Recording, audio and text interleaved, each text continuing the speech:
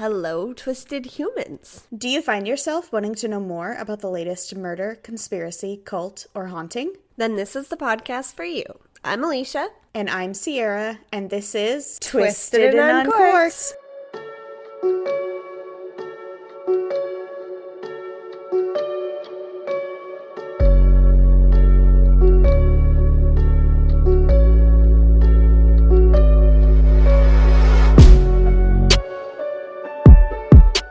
Will I die if I have some shards of glass? Will I die? Just real little shards right down the throat. Any twisted humans that are active on the social media may have just seen a story of me pouting at Sierra's empty chair.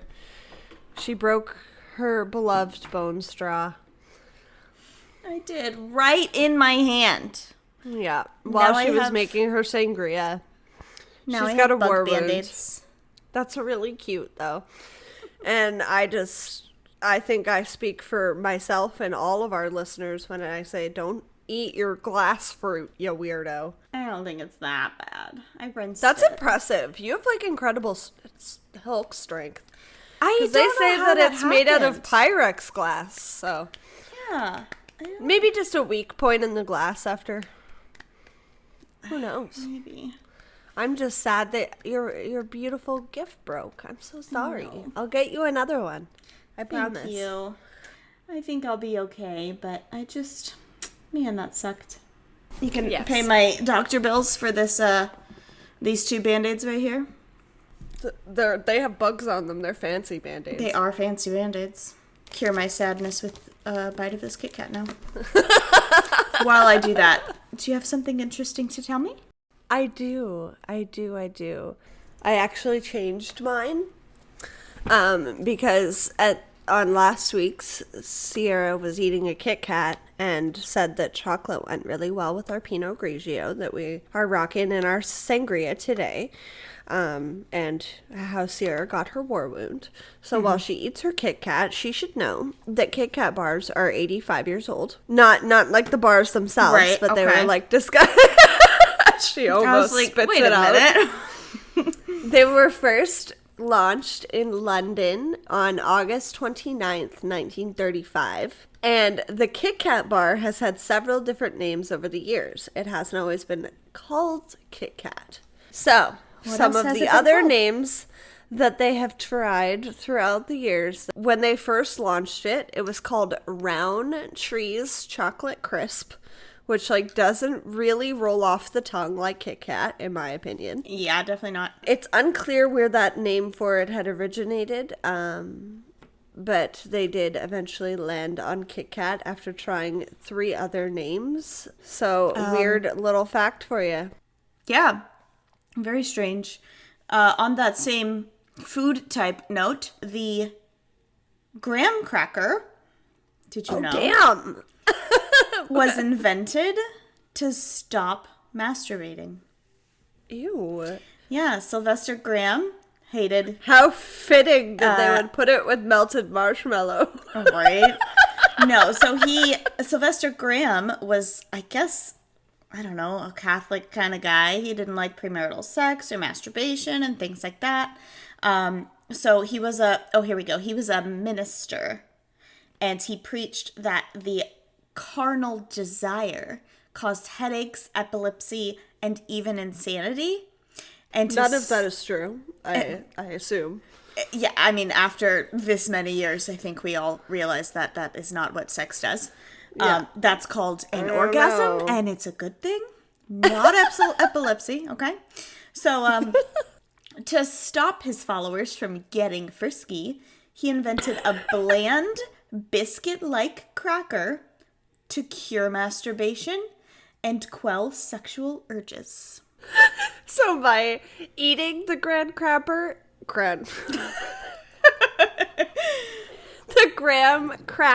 you're supposed to quell your sexual desires? Yep, so it's not just graham crackers, but also cornflakes and granola, and they were all designed to avoid inflaming the sexual appetite. So they basically didn't have sugar, and apparently sugar just drives you wild and horny. So I don't know. How do you feel after that Round Town's chocolatey crisp bar? Oh, I am ready to go. Apparently. You should have a graham cracker. What did you put in your sangria that gave you such a war wound? So I have the wine that I can't remember the name of, 14 Hands Winery Pinot Grigio. Pinot Grigio, yep. Yep, and then I have a shot of peach nectar concentrate, and then I have shot of apple brandy, and then I froze my own fresh grapes and peaches, and that's so that they're like ice me. Cubes. So that they're like ice cubes. That's brilliant. Yeah, they were like ice cubes really stuck together, and I was using my straw to kind of like, poke at them to like unstick them. And while I did that, apparently I squeezed too hard, and I just shattered the straw in my pinky and started to bleed. So, yeah. It tastes good though, my drink. It's kind of strong. Was it worth it? No. It was worth it? It wasn't worth it. No. I mean, I can't even eat my fruit, and I don't have a straw. So, not worth it. It is a good drink though, and I think I'm gonna start putting only half a shot, or maybe no brandy, because the brandy is just so strong lately. Brandy is pretty strong. Yeah, it really. I only put a half a shot in mine. I should have. And then instead of soda water, because I did not have the nectar, I just did a little bit of the peach juice from inside the can. Yes. I did half a shot of brandy and a little bit of, what's the one with sugar? Club soda? Tonic water. I did that one. And I also put Sprite I regret in mine. the tonic. I regret the tonic. I feel like I should have just gone with regular soda water. Tonic water has a funny aftertaste to me. But whatever. It's pretty good. I'm gonna enjoy it still. I'll try and, I have a plastic curly straw, so I'll do my best to not shatter it in my hands while I'm stabbing at my fruit. Yeah. I don't want you to die. I'm really kind sad. of attached to at this point in the podcast. And speaking of the podcasts that you're listening to, this is Twisted and Uncorked, where we break glass straws and can't speak English, and this is episode 22. Yay, I love 22. It's Sierra's favorite number, so it so worked out that that's what her episode landed on. It's after Israel Keys, we switched from odd and even numbers the other way now. So I'm on the odd numbered episodes. If any of our listeners are confused, we did not plan it that way. It just happened. And it's great.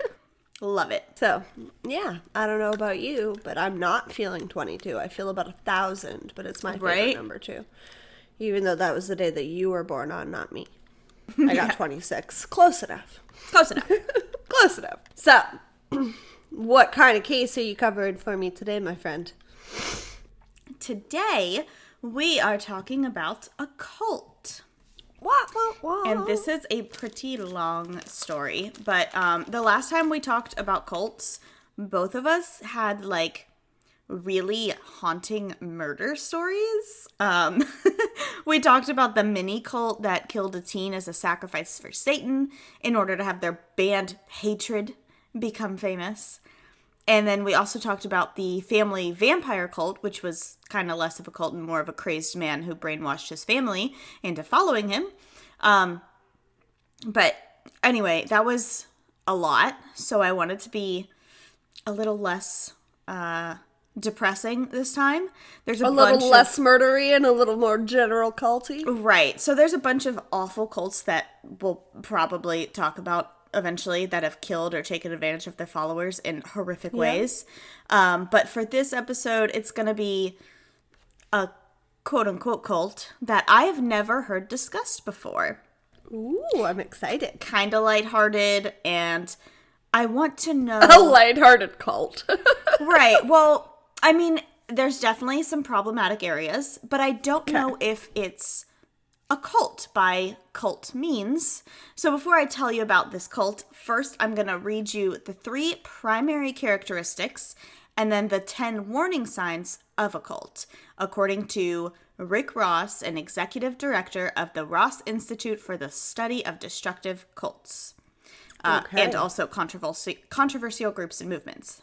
He wrote an article in The Guardian called "Watch Out for Telltale Signs." So this is like from a cult expert what a cult is. Okay. So the three primary characteristics are: 1, if your leader is a living person who becomes an object of worship, has no meaningful accountability, and is the group's sole source of power and authority, you're in a cult. 2, if the process of indoctrination or education is coercive, aka brainwashing, and you can see members doing things that are not in their own best interest, but in the interest of the leader or the group, you're in a cult. And 3, if the leader or the group is exploiting members through sexual, economical, or other unethical means such as labor violations, child abuse, medical neglect, and calling for violence or mass suicides, you're in a cult. None of these sound like positive. Oh yeah, definitely not. Group environments by any means. So. Yeah, so there's also 10 warning signs. So this is more, you might be in a cult if...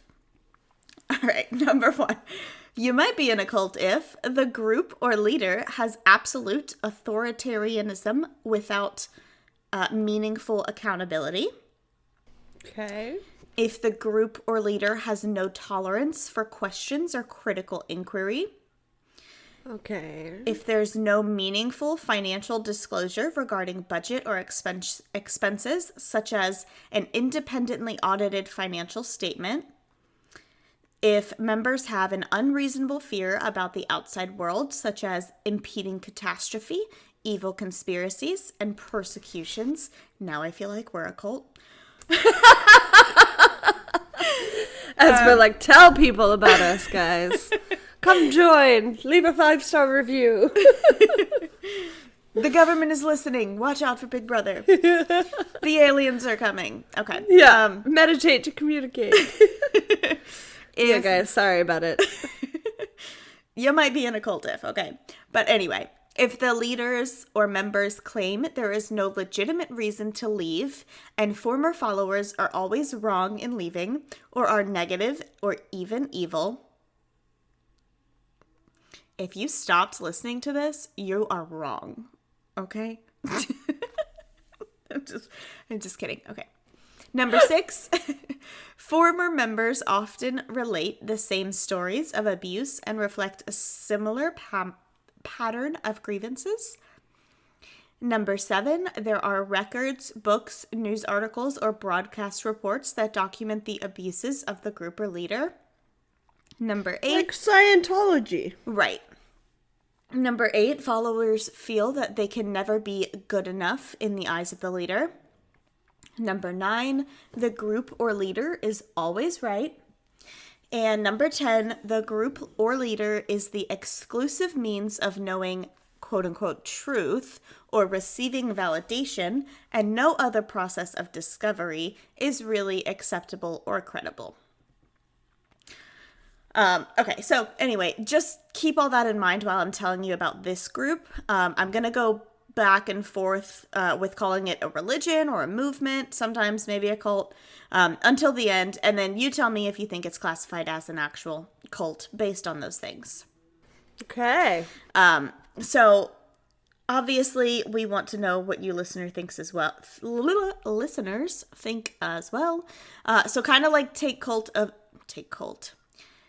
note of the culty things happening throughout the story. Obviously, if you're driving, like, don't take literal notes, but maybe, like, check on Instagram later and let us know if you think this sounds like a cult.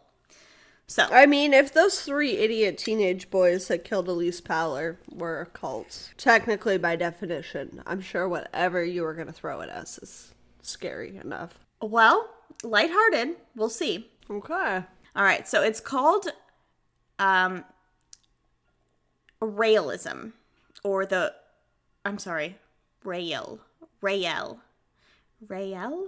Raelism, or the Raelian movement. There we go. Okay. Have you heard of this? No. Okay, so Apparently, most of its members are Canadian. So I thought you might know a little. The speaker for the religion claims that there are over 80,000 members in over 85 different countries. But what is really being taught that makes over 80,000 people believe in this movement? So the movement actually starts with its leader, as they all do, a man named, oh God, I practiced his name when I wrote the story like 4 fucking weeks ago. Okay, so his name, he's French. His name is Claude Maurice Marcel Virilien, I think. Nailed it. Maybe. Okay, so he was born on September 30th, 1946, in France, where he was raised by his grandmother, who was an atheist. As a teen, he ran away from home to Paris and became a teen pop star for a few years, having released 6 singles. What? Until his talent scout, his record producer, whoever the guy was who was like, backing him, completed suicide in 1970. Oh, no. So when his music career ended, he decided to go and be a sports car journalist and a test driver for a car magazine that he created called Autopop. Not biased at all. Right. His interest into the religious movement didn't happen until age 27, when on December 13th, 1973, he had a strange encounter with a powerful being. Don't they all? Yeah. Well, this one, though. So, Cloud had a strange feeling inside of him to go and visit a secluded area in the center of France. It was the site of a large volcanic crater. He couldn't explain why he went there. He just knew that he was drawn to that spot. While he stood there, he saw a strange, flattened bell shape and lights in the sky. A UFO came down and landed in front of him. Shit. Stairs came out from the side of the flying saucer. Then a small figure appeared. It seemed to be human, but childlike, with small, almond-shaped eyes, long black hair, a beard, and a green spacesuit. You basically just described me. Okay, so I literally wrote on here, go to the drive. I posted a picture of the drawing, but I didn't. So I'm just going to share my screen with you. Because I forgot. Don't go there. There's nothing there. There is nothing. And a beard. That's a new one. So, okay. He kind of looks like Michael Jackson, honestly. Yeah. Which reminds me of the alien story that happened at that school in South Africa that I think Amanda from Drinking the Kool-Aid covered. Yeah. So there was like a spacecraft that landed in a field at a school at recess, and tons of kids all described seeing the same little space people, and they compared him to looking to like Michael Jackson. Yeah. That totally looks like Michael Jackson. It is so weird. Okay. Yeah, and they like interviewed them all like right away so that they wouldn't have time to like talk to each other about what they had seen and like compare. Ugh. So yeah, in Zimbabwe, like 2 different schools at 2 different times. Really weird. Yeah. So crazy. Don't like it. So Cloud felt peace exhuming from the creature, and so he had a conversation with it. He asked it, "Where did you come from?" And it replied, quote, "From very far, from another planet. I have come to meet you. You, Cloud Verhilion, I have so many things to tell you, and I have chosen you for a difficult mission. You are going to transmit to humans what I am going to tell you. And according to their reactions, we will see if we can officially show ourselves to them. I know that you have recently read the Bible. Come into my machine. We will be more comfortable to talk." End quote. No, thank you. So we can talk outside. Cloud went in and he wrote down all of the things that he was told, and he published a book about it called The Message Given to Me by Extraterrestrials. They Took Me to Their Planet. What? Yeah, this is a book. It's on Amazon. I think it's like $12. Shit, I might need to spend the $12 for it. I don't think it's by a real publishing company. I think he just published it himself. But anyway. Even better. So they told him that nearly all religions originate with the same message that they have brought to other people in the past, but it's slightly off. They had contact with multiple quote-unquote prophets in the past, including Moses, Buddha, Jesus, Muhammad, and all the prophets that Christianity believes in. They were actually contacted by these Michael Jackson alien creatures. But in relaying the message to the people, it kept getting misconstrued, like, a game of telephone. Okay. So, Elohim is the Hebrew word for God in the Bible. But on their planet, they say, what the creatures were actually trying to tell the prophets is that Elohim is actually a plural word meaning those who come from the sky. There is no God or one creator. There's just a planet of these people who come from the sky. Okay. So basically, Cloud was told that the creature is a scientist from another planet. A human-like scientist whose technological advancements are far greater than ours on Earth. Were they friends with the lead masks guys by chance? Maybe. Maybe. They started doing experiments to create life with DNA, and the experiments were eventually banned on their home planet because they didn't want something to go wrong. So they decided to explore other planets that could sustain life. Earth was their test planet. Ew. They created Earth in a way to sustain life. So they created and placed the soil in the water. They created plant life forms to create oxygen, then living life forms to keep the water clean, to have an ecological balance. Then they even created the birds. And human-like life forms were never supposed to happen, but someone tested it out, created life in their own image, like from the Bible, and it worked. And then the humans evolved, getting smarter and smarter. Us the humans. From like Cro-Magnon time. Yeah. So now they had to watch Earth closely to ensure that they didn't make a huge mistake. But with humans getting smarter and smarter and more advanced each year, the scientists were worried that the Earthlings would find them and consider them a threat before they knew the real story. So they started contacting people who they believed could make a real difference. These prophets, in the past, could only relay the message through written word. And every time the people relaying the message passed it along, it would, get messed up, like a game of telephone. So it wasn't exactly what was supposed to be said. Sometimes humans added to the message to simply put their own messages in it, such as homophobic messages. And then they contacted Cloud. So he was a person who lived at a time where communication could be sent out at a much faster rate, a time with audio and video communication that can't misconstrue the message. Okay. So ever since that day, meeting the Michael Jackson aliens, Cloud began spreading the word of these beings, a message that he described as, quote, the most important message given to humanity by extraterrestrials, end quote. Was it that we're going to destroy each other? I mean, sort of. So he went on the talk show called The Late Late Show, which is a talk show over in Europe, where he talked about his encounter with aliens. And, because this was a way to get people to hear it during the time of media on the show.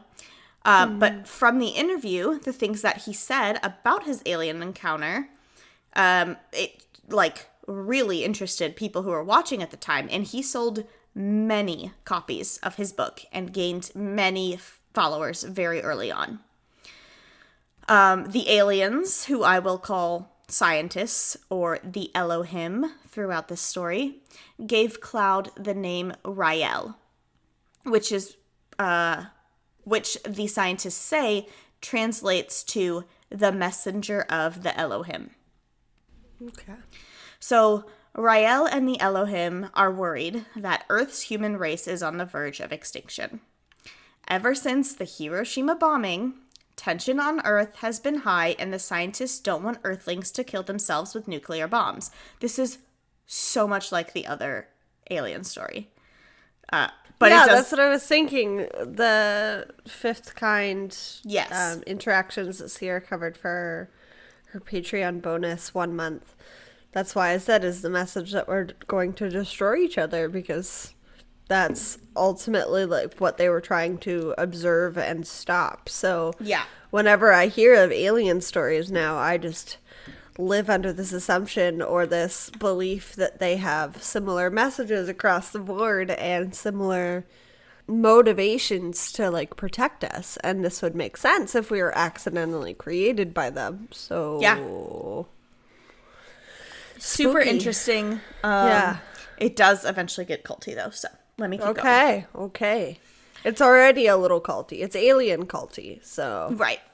That's a kind of culty I can get behind until that's like an epic type. Oh no, so. Sorry, let me eat my Kit Kat. your Raytown chocolate crisp.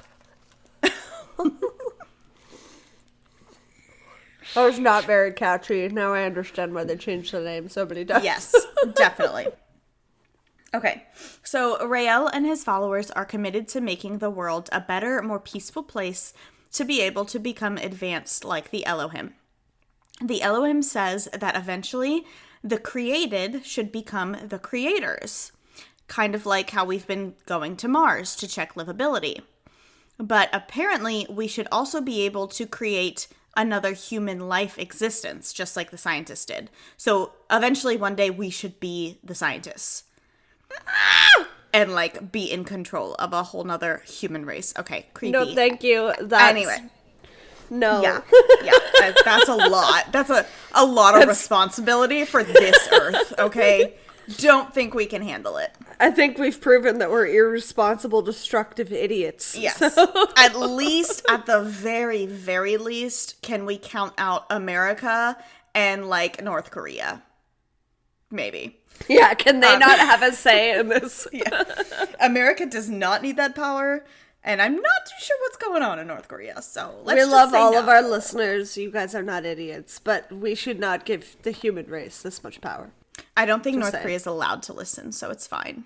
I know, but a lot of our listeners are American, so they understand. They understand. I just need them to know that we can't give the world this much power. Like, Canada's pretty awesome, and I don't even think we should give Canadians this much power. So. Okay, anyway. Back to story. I spilt all over myself. Oh, you do that a lot. I know. So the Elohim says that we cannot become the scientists until our human race has peace. And they believe that every human being on Earth must be happy with who they truly are to be able to live in peace. So the Raelism.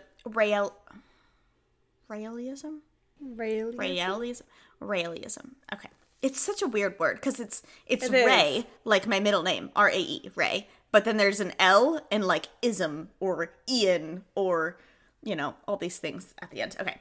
It's very typical. So the Raelism movement would spread the message of the scientists as well as a message of peace on Earth and wait for the scientists to return to Earth.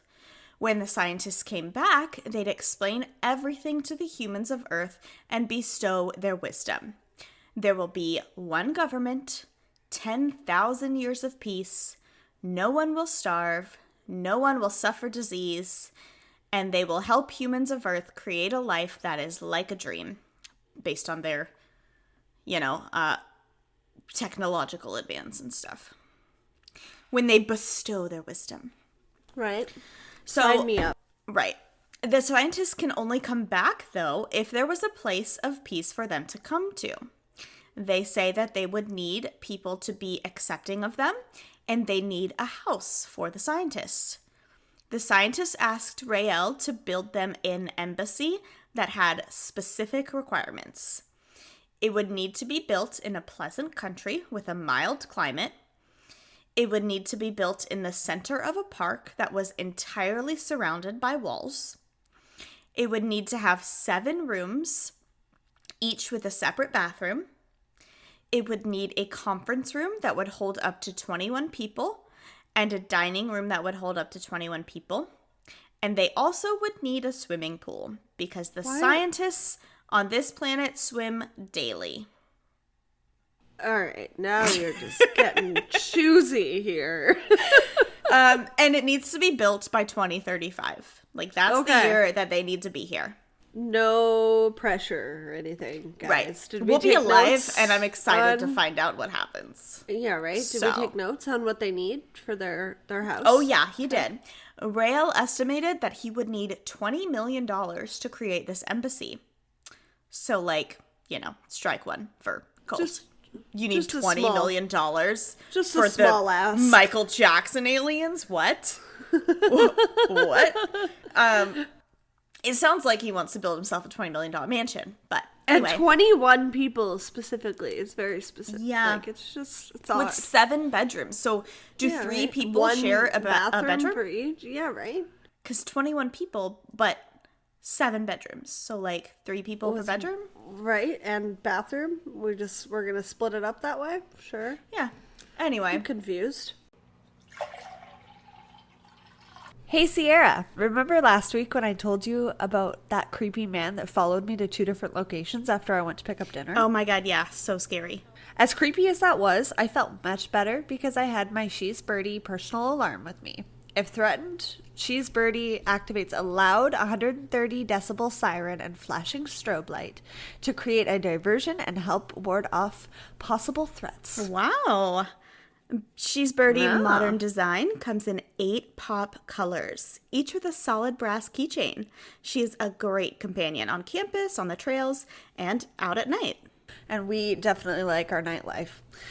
Each birdie is hand-tested and built to last. She turns on and off as needed and comes with replaceable batteries that last for 40 continual minutes. I don't think you'd ever need that, but it's nice to know you've got the replacement. Definitely. That's so awesome. And, I mean, obviously it sucks that us women have to deal with this and take these measures to stay safe, but I'm sure glad that I have my birdie when I'm out and about, just in case. Right? Get yours today with our discount, Twisted10. That's Twisted10, all capitals, at checkout so they know our show sent you. Keep it twisted and chirp proudly, ladies. So in the beginning, though, Rael didn't require any of his followers to give him any money.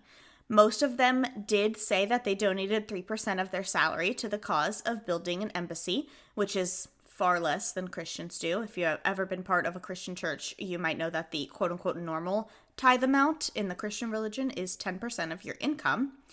And in the beginning here, Rael is just accepting donations, and he's glad to get anything, even just the 3%. And in the meantime, while he waits to raise enough money for the embassy, he spreads his message of the Elohim and peace. At some point in a second meeting with the scientists, Rael expressed his worry about getting help from other humans, and around 1992, they told him that they would try to help spread his message, making it more believable by making more appearances on Earth. And I think we all know that there's been a lot more UFO sightings since then, including that South Africa sighting I referred to earlier that happened in 1994. So, that's kind of interesting. So, here's like the good, the bad, and the ugly about the movement and the messages they spread. Most of this part of the information comes from Wikipedia. So, it says that their moral beliefs are very progressive. They believe in everyone being responsible for their own actions. They believe gender is an artificial construct and therefore is fluid. They believe in respecting cultural, ethnical, and racial differences and being accepting of all people. They believe in sharing wealth. So the directions that humans are trying to move in anyway. Mm-hmm. Pretty much. Like, we're not doing the greatest, but we're trying. Right. But, I mean, this started in the 70s. So, like, he was promoting this stuff forever ago. Yeah. Surprisingly. Yeah, that's true. Way before that ever became an accepted concept. Right. Of, like, gender fluidity and crazy. Yeah. Okay. They believe in sharing wealth and resources with all. They promote nonviolence and peace for all. They believe everything should be allowed and legal as long as it doesn't cause harm to yourself or others. So they're pro-sex work, pro-marijuana, pro-decriminalizing drug charges, things like that. They believe that women are more superior than men on Earth because women, as a stereotypical gender, are more closely compared to the way that the Elohim act, think, and are. So basically, Rael says that the scientists are basically all gender fluid, but portray 90% feministic-like qualities and 10% masculine-like qualities. Raelians claim to be feminists, but they also say that they do not agree with New Age feminism because it's basically just women trying to be men, and men aren't superior, so they shouldn't try to be men. Again, this is what they say, not me. Oh, okay. They believe in equality and that if women were in power all over the world, there would be no wars. They have participated in multiple women's rights movements, including going topless. They encourage... Yeah. They encourage Very exploration. specific. Right. I mean, that's what, seriously, most of their pictures are of topless women. And they're like, yes, we support women. Cool. Anyway. Okay. They encourage exploration of sexuality with yourself and consenting partners as a means to basically relieve stress and anger. And they also believe that sexual gratification between consenting adults leads to the creation of new pathways in the brain, which will cause people to become smarter. They publicly speak, right? Sex makes you smarter, apparently. But only if you get gratification. New here today, guys. Otherwise, what's the point? Right. They speak strongly against incest, rape, and sexual activities with children, and strongly believe in abortions, stem cell research, and sex ed and free condoms in high schools to help protect children who will be sexually active, whether you want them to be or not. Again, that was like a them wording. Okay. They speak against forced monogamy and marriage, saying that these things cause women to be treated as slaves, but consent in either of these things is up to the individual. They discourage marriage and overpopulation, stating that it is best to have 2 or less children, but preferably none at all.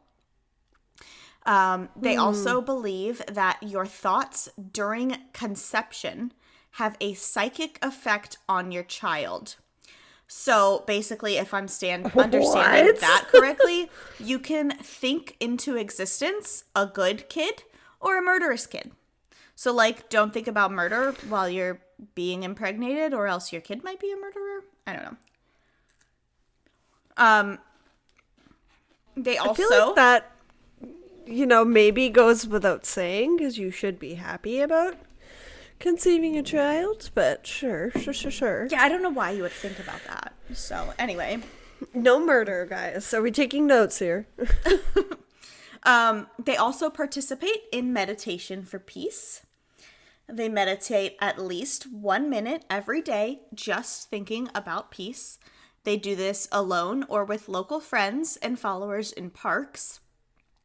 And then they also participate in what is called sensual meditation once a month as a group. Many people claim it's like a big orgy, but members say it's not sexual. Sexual and sensual are different, and they are not like, touching each other or touching themselves, but sometimes they are naked, but that's just because they're comfortable with their naked bodies. Again, this is like them saying that. I'm not sticking because up for they them. love themselves completely. Right. That's part of the rule. Okay. Right. Okay. So sensual meditation is a lot like the meditate, communicate alien story that we told on Patreon, except the intent of sensual meditation is to express to the Elohim their love and gratitude through telepathic links. So the exact quote from Wikipedia is, Raelians varyingly describe a sense of physical well-being, psychic abilities, or sexual arousal during these meditations, and interpreted these as evidence that they were in telepathic contact with the Elohim. The goal of sensual meditation is to achieve a cosmic orgasm, which is characterized as the ultimate experience a person can have. One senior... No pressure, guys. One senior Raelian has described the cosmic orgasm as the sensual experience of the unity between the self and the universe. End quote. So, like, it does... I've been doing it wrong this whole time. It does kind of sound like a big orgy, but, you know, cosmic orgasm isn't supposed to be like an actual orgasm. It's supposed to be like you feel so closely connected to the universe. But the way they describe it, like, why do you have to call it a cosmic orgasm? That's just fucking weird. Okay. Right? So, right? All right. Here's where we get into a little bit of more culty stuff. So, originally, a little bit more culty stuff. Okay. Yeah. Originally, the symbol for Raelism was the Star of David with a swastika inside. Seems a bit problematic, right? Yeah, just a smidge. So in ancient times, it was the swastika was a symbol of divinity, spirituality, good luck, and eternal time. But of course, it was taken by the Nazi regime during Hitler's rule, and now it has a very bad connotation. Rael says that the scientists eventually asked him to change the swastika while in Europe, most specifically with people who believed in Judaism, because they thought that, these people were hurt by this symbol and they didn't want to give them a negative connotation. So in that area of the world, the symbol is now a Star of David with a swirl inside, and it represents the galaxy. But the swastika symbol is still used in other places, and Raelians participate in many movements to take back the swastika, is what it's called, and restore its original meaning. So I actually have a picture of what it looks like I can show you. Weird. So this is what it looks like in most places. Can you see it? Yeah. And this is what it looks like only in areas where people who believe in Judaism, because they don't want to hurt their feelings, is what the scientists apparently said. So, a little strange. Interesting. Okay. Yeah. According to their website, the current movements that Raelians currently associate with around the world are Go Topless, which supports women's rights to not have their, to not cover their breasts. This day is celebrated on August 23rd. Clitorade. Get it. Which speaks against the mutilation of women. Apparently in some Arabic countries, women are basically circumcised the same way men are, except on their clitoris. So that fucking sucks. Yikes. Yeah. Elohim Embassy, which is the building of the embassy for the scientist aliens, but also to get cooperation from other governments. So apparently Rael has sent messages to the United Nations about this embassy in an effort to gain cooperation from them when the Elohim comes. So, like, he straight up went to the UN and was like, hey, Michael Jackson aliens are coming. Are you gonna be ready? Are you gonna be nice? We need to make them happy. Yeah. Pro-swastika movement, which is, like I said, to reclaim the original meaning and the message of the swastika while teaching people its history. A movement called Paradigm, which is to create technology that will rid the world of work and money with the use of robots. So they think like all humans should just be like peaceful and leisurous forever. Like robots should do everything. Yeah, which just like reminds me of the it's kind Disney of like movie a creepy WALL-E. future. Like when everybody just gets really fat. Like no. Okay. Anyway. There's also this Netflix show called Love. I hate Love, Death, and Robots. Yes, I hate that so much. I can't do it. The first episode freaked me the fuck out. I was like, what the fuck is this? So the first episode of the second season that they just released is very much like what you're describing. And there's like this particular serial number that's like gone wrong and is like trying to kill people. It's and insane. It just shows you this lady that's like, it's so scary. It gave me nightmares for sure. But that's what I picture when people say, like when people theorize a world like this is like, yeah, I can handle self-checkouts and I can handle, you know, punching in my order at a restaurant on a little iPad. But the idea of like robots literally doing everything is like basically owning you. You know what I mean? Like we can't let them be smart enough that they can take over us. You know what I mean? That's creepy. Okay, anyway. Humans still have to have some sort of autonomy, otherwise we're not what the definition of being a human is. Like, yeah, we're literally useless. Supposed to be a certain level of autonomy. Yeah. So the other movements are 1 minute for peace. We're living in a simulation. That's what this is. Apparently the aliens control the simulation. So 1 minute for peace, which is basically the theory that I explained on the Patreon episode where they, you know, do happy thoughts and it physically affects the thoughts of the world around you. They meditate for peace 1 minute to try and influence the world into happiness. Another which program. Yes, me too. I really love that one. Like no matter what cult says it, I still like it. Or what the end goal may be, the world needs a little more peace and happiness. And love exuded into it. Yeah. Some more programs are No Pedo, which is a movement to bring awareness to and stop Catholic priests from molesting children, like specifically Catholic priests. Aramis, which is a movement that claims there are no sexual minorities or majorities and supports the LGBTQIA community and liberated sexuality. Sex education from childhood, which more specifically they mean from age 5, which is a little young to me, but I did just explain sex to my 8-year-old daughter, so whatever. Another movement is when that level of understanding starts to float in and questions start to pop into their head. Yeah.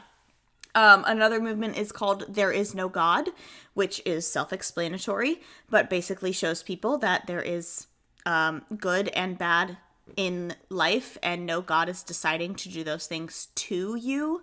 So they're basically like, you know, this might happen to you, but it's fine. Like, it's not because God is doing this to you. It's because other people are doing this to you. Another movement is apostasy, which encourages people to leave religion. To leave religions that believe in God or a higher power that isn't technology. So they actually went out and handed out crosses to people during like a festival and then invited them over to burn the crosses together to let go of their religion, which is like a little much. A little, and like oddly disrespectful, but yeah. Another movement is the ICACCI, which stands for the International Committee Against Christian Calendar Imperialism, and they speak out against the United Nations organization using the Christian calendar, even though many different religions are involved in the United Nations, not just Christians, which is a really good fucking point. Like, right now we say that it's the year 2021, And the only thing that that's based on is the Bible, the Christian Bible. Like, why do we do that? Weird, right? Yeah. Okay, so... Yeah. Problematic. Yeah. Another movement is Rael Science, which is just their own religion that technically isn't a religion, but it's a movement. And then the pollution rating system, which is a movement encouraging all governments and communities to display the global pollution index to inform people about the state of pollution on Earth. Again, another really good point. People would probably stop making such bad decisions if they saw everywhere they went what the current pollution is, you know? Or what the effect of their actions were more immediately rather than down the road. Yeah. And then the last one is the Raelian News, which is where they explain all the things that they have done to spread their message, including writing letters to the president, asking that all UFOs files be released. By the way, did you see that they're doing that soon? Mm-hmm. Apparently they're releasing more files. Okay. They also hold conventions, festivals, and lectures at universities and have ad space at Times Square.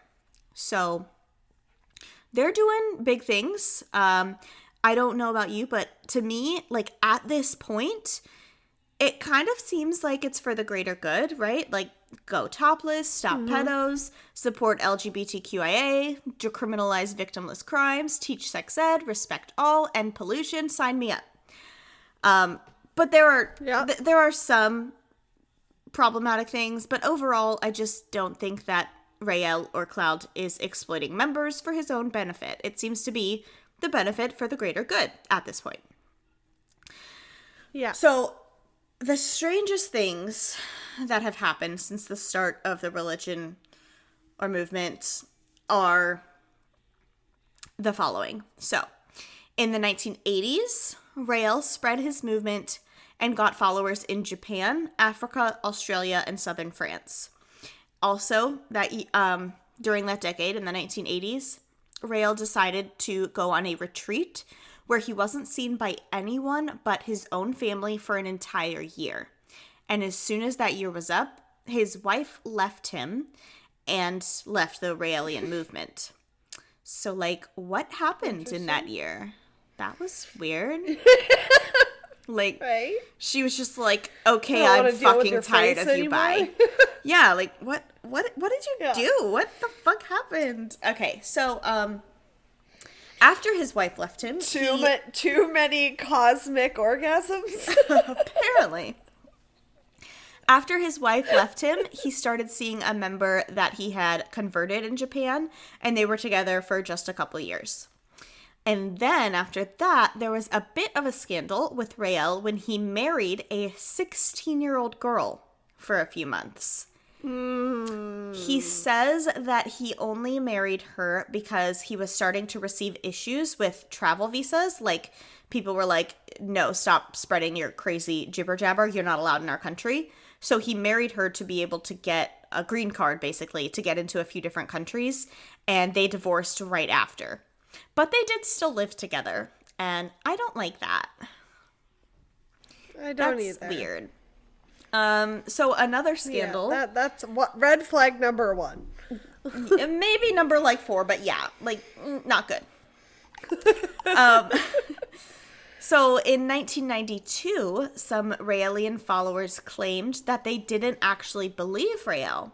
They did believe that he was sent a message from the Elohim, who they believe is just one God, like the Bible said, not a group of scientists. But these ex-followers, who were once followers, now believed that after Rael was given the message from the Elohim, the devil took over him and started to spread the wrong message. So they thought that Rael was the literal devil, like had the literal devil living inside of him. And they took many Raelians and converted them back to Christianity from Raelism. Which is just weird. So in 1997, Raelism opened a museum in Quebec, Canada, called UFO Land. The purpose of the property was to bring in money that would help build the Elohim Embassy, but it wasn't making any profit and was closed in 2001, so it was only open for 4 years. Also in Quebec and in Ontario, in an effort to protest for sex education in Catholic schools, the Raelian movement parked a condom-mobile outside of a few schools and provided condoms to the school kids when they got out. It's just kind of great. I mean, okay. Can you imagine getting out of school and just seeing a condom truck? Yep, a condom mobile. So experts believe that that this scandal specifically, and ones that were like this, were just sort of a publicity stunt to get on the news, to be noticed by people with the same ideas. So, I mean, that's a good point. It's a really smart idea. Yeah. So there was this other scandal that gave negative publicity. And that was when a reporter attended a Raelian seminar called Stages of Awakening. Apparently, everyone who attends wears only a white toga and a color-coded bracelet that suggests to the other ones, there's like 3 different colors you can pick. One color says that you want to be left alone. Another color says that you're looking for a partner. And then another color says that you're only looking to make friends. At the seminar... Can I wear the one that says I want to be left alone? Right, yeah. Leave me alone, please. Just in public? Thank you. At the seminar, the reporter experienced members trying on clothes that the opposite gender brought as a way to experiment with gender fluidity. These are like things that the reporter reported on about being weird or strange. The members were also encouraged to masturbate while looking at their own genitals, I guess, with a mirror. I don't kink shame, and as long as it wasn't forced, I don't see the problem with that. No. Do you can look. I don't care. The biggest scandal part came when a French journalist who attended the seminar videotaped members having sex in tents. The videos went public, and many people were shamed and shamed the movement for participating in a perverted form of brainwashing. So, why did you record them anyway? Did they let you do that? Because that's wrong. Yeah, that seems problematic on its own. Yeah. Okay, so then here is, the biggest scandal. This was a cloning scandal. So, in 1996, the first cloned mammal was born. Dolly the sheep. This is a real thing, says the government. She was made... Yeah, I remember reading about this in textbooks. Yeah. She was made using an egg cell from one sheep and a body cell from the DNA of another sheep. This information was publicized in 1997, and that's when Rael learned about it. Rael was so impressed with this scientific discovery that he suggested testing the cloning of humans. He developed a company called Clonaid, and one of his Raelian senior bishops became the co-founder, director, and spokesperson. In 2010, Bridget Boisselier, which was the spokesperson, announced that they had cloned the first human baby, and they named her Eve. Apparently, this baby was made with an American woman's egg and that same American woman's DNA. So she, impregnated herself. And... Okay. Yeah. Clonaid claims the baby was born on December 26th that year, which is the day after Christmas. How ironic. Yeah, right. If it's true, the daughter clone of the woman would be the identical twin of her mother. Baby Eve has never been brought to the public's eye, and there is no proof that the cloning worked. But Rael and Clonaid say... that this is because the clone baby's family didn't want all the press around. Supposedly, Clonaid continued to produce baby clones for families. On January 3rd, a baby clone girl was born for a Dutch woman who was a lesbian. Later that month, a baby clone boy was born to a family in Japan. On January 27th, a clone baby was born to parents in Saudi Arabia. And on February 4th, the 5th clone baby was born. By 2004, Clonaid had claimed to be responsible for the birth of 14 healthy clone babies. In many countries, cloning humans has become illegal because of these claims that Clonaid has made. In America, there is no federal law against cloning, but certain states do now have laws against it. Still, most scientists believe that Rael is lying, and there have never been any human clones. The information that the Raelian movement has had... this information that the Raelian movement gives has had different effects on different people. Some people have become more interested in the movement because they think of the possibility of cloning being, positive in their life. And others have begun to think that the entire movement is a joke and a lie because they don't believe that cloning humans exists. So basically, as time went on, the structure of Raelism began to change too, and it became more church-like, which is just more cult-like, in my opinion. There's a whole hierarchy. It goes from level 0 at the bottom to level 6 at the top. Level 0 members are called the trainees. Level 1 members are assistant organizers. Level 2 are organizers. Level 3 are assistant priests and regional guides. Level 4 are priests and national guides. Level 5 are bishops and the continental head. And level 6 members or member is called the Guide of Guides or the Planetary Guide, which is obviously Rael. Kind of strange for a movement who claims they aren't a religion. Why do you have priests? Yeah. Bishops? Like, why? Yeah. So now each member is also required to pay a membership fee. But you don't have to be a member to pay to follow the Raelism movement. So on top of the membership fee, Rael does now suggest that all of his followers tithe 10%, just like Christianity. But it's reported that nearly half of all followers, including members, don't tithe at all. Any amount that is tithe or donated is split up between different branches, the embassy, and then 1% of that money goes to Rael himself, which is fishy, but I guess if you're going to travel to spread your message, you have to have some sort of money to do that with. Yeah, I guess. It's not like a huge profit being made on it, I guess. Odd. So on top of these things, their website is a little bit problematic.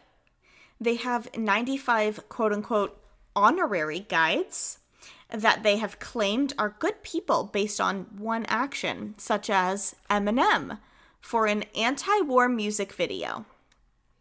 I knew you would like that. I'm not saying he's a bad person. I'm just saying their reason is one time he made a music video about anti-war. Like, what? He did that one time? Cool. Okay. He's Madonna, grown so much. Right. Madonna is an honorary guide based solely on her promotion of sexual awakening in the video Like a Virgin.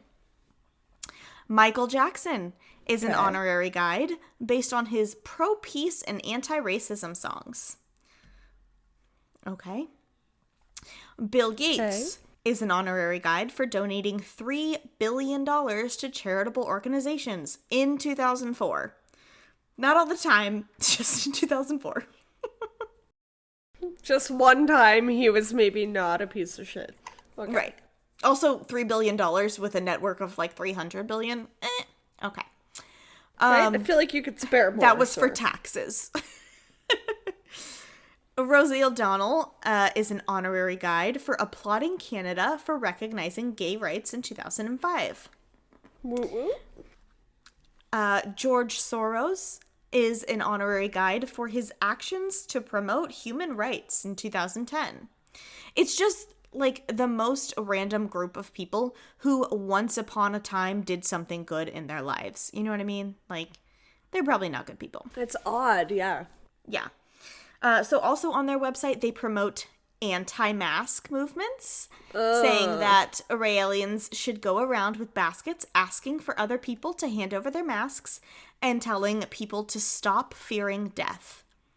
I believe that is probably because they're into the whole overpopulation thing. So, like, basically they want people to die off if they have weak immune systems, which is awful. Yeah.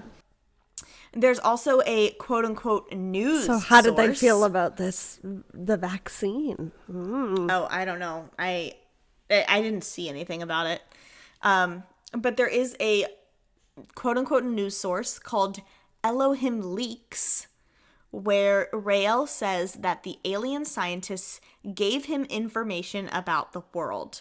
They're basically conspiracy theories that this movement is sharing, such as, quote, the 60 richest people on Earth are now secretly building an underground complex that can withstand any nuclear, chemical, or biological world war or world revolution.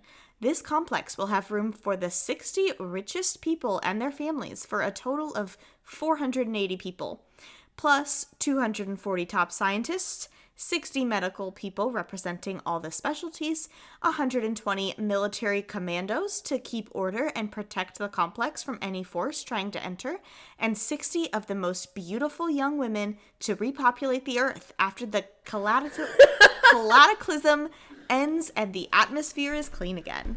End quote. Oh my god. So, yeah, it gets problematic big time. It, like, takes, like, so many good turns for, like, positive, and then takes one really questionable turn, and then, like, a sharp right the other way into crazy really town, confusing. and then, Yeah.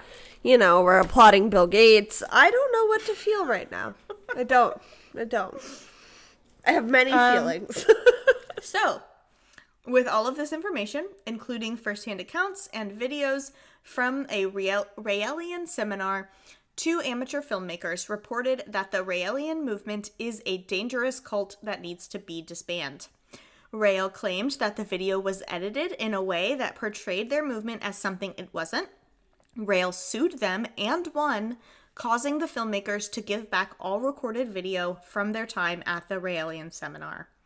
And that's the last bit of information I have. I'm pretty sure there is still a documentary about this on YouTube. I don't know if it's the one that they're not supposed to be sharing anymore. But there is a documentary about this. What do you think? Cult? Religion? Movement? Good? Bad? Well, Weird as fuck. that's a loaded question because I consider not all cults to be negative. Not always. And I consider most religions to be cults. So Yes. I feel like that's a loaded question in that this is definitely a cult, in my opinion. Just based on the defined cult meaning, as well as a lot of the tendencies that have unraveled over the years. Right. I think it's like if a really scary cult and like our wonderful alien theory of meditate to communicate had a baby and created this. Yeah, it's super strange because it's like There are a lot of things that are really aliens, but it's positive, also, but a like- lot of really scary things. yeah, it's so many different things. There's aliens, there's the Bible, there's prophets, but there's like, orgies. gender fluidity, like none of the things seem to mix correctly Yeah. except in Raelianism. Yeah. Raelism. That would be the only context in which all of these things can exist under one roof. Yeah. Because some parts weird. of it are really progressive movements that humans are trying to get to. Some of them are really old-timey thoughts. Some of them are really, like, out there thoughts. Some of, like, it's just, it's kind of hard to wrap your brain around. And Yeah. I could see why it would be met with a lot of apprehension given some of the extremes that they're putting out there. Like, I know that a lot of people aren't okay with gender fluidity and like sexual pleasures and things like that Yeah. just being open and accepted. So in that sense, like, I don't know. It's just weird. Yeah. No judgment. It is weird. No kink shaming ever, but weird. It's weird in a way that it's hard to understand. And the lab that they need, like, some of it doesn't seem legitimate in the sense that if I really absorb that feeling of our Michael Jackson aliens really wanting to help the human race and being responsible for either their creation or the hopeful stop of their self-destructive demise, like some of it doesn't feel needed for such an such an altruistic end goal, but some of it does seem legitimate, but then a lot of it just seems like out there and random and like the 60 wealthiest people. Like, what? Like, well, that was one of their news sources that they said the scientists let them know that was happening. Like, but like, why? See, that to me seems like culty and false. If I it seems like a conspiracy aliens theory. In that way. Yeah, if I like to think of aliens in that way, they wouldn't need that for them to be able to help us or to move us in a direction of more of a peaceful and free-loving and happy world. Like, that wouldn't be needed. So some things seem contradictory to me. All seems very culty. I don't know how much of aliens are actually involved in this. And how much of it is like false messaging, because some of it just seems to have sinister or unclear motives behind it, and some of it seems to just be like positive and save the worldy. So I don't know. I have a lot of feelings.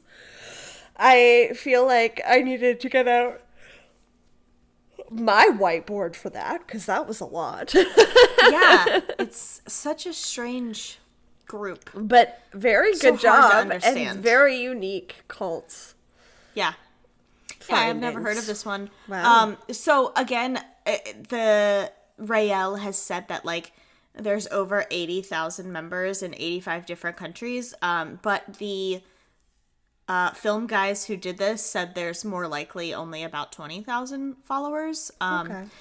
So he's probably like fluffing his numbers just to get more people to be like, oh, that many people think it's a good thing. Interest, maybe I should. Yeah.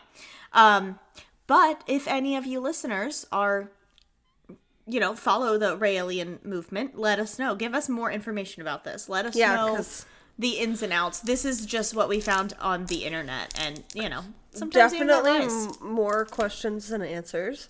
So yeah, if any of you guys are a part of that, let us know. Educate us. We have the most open minds, as I think we've dictated on the show over time.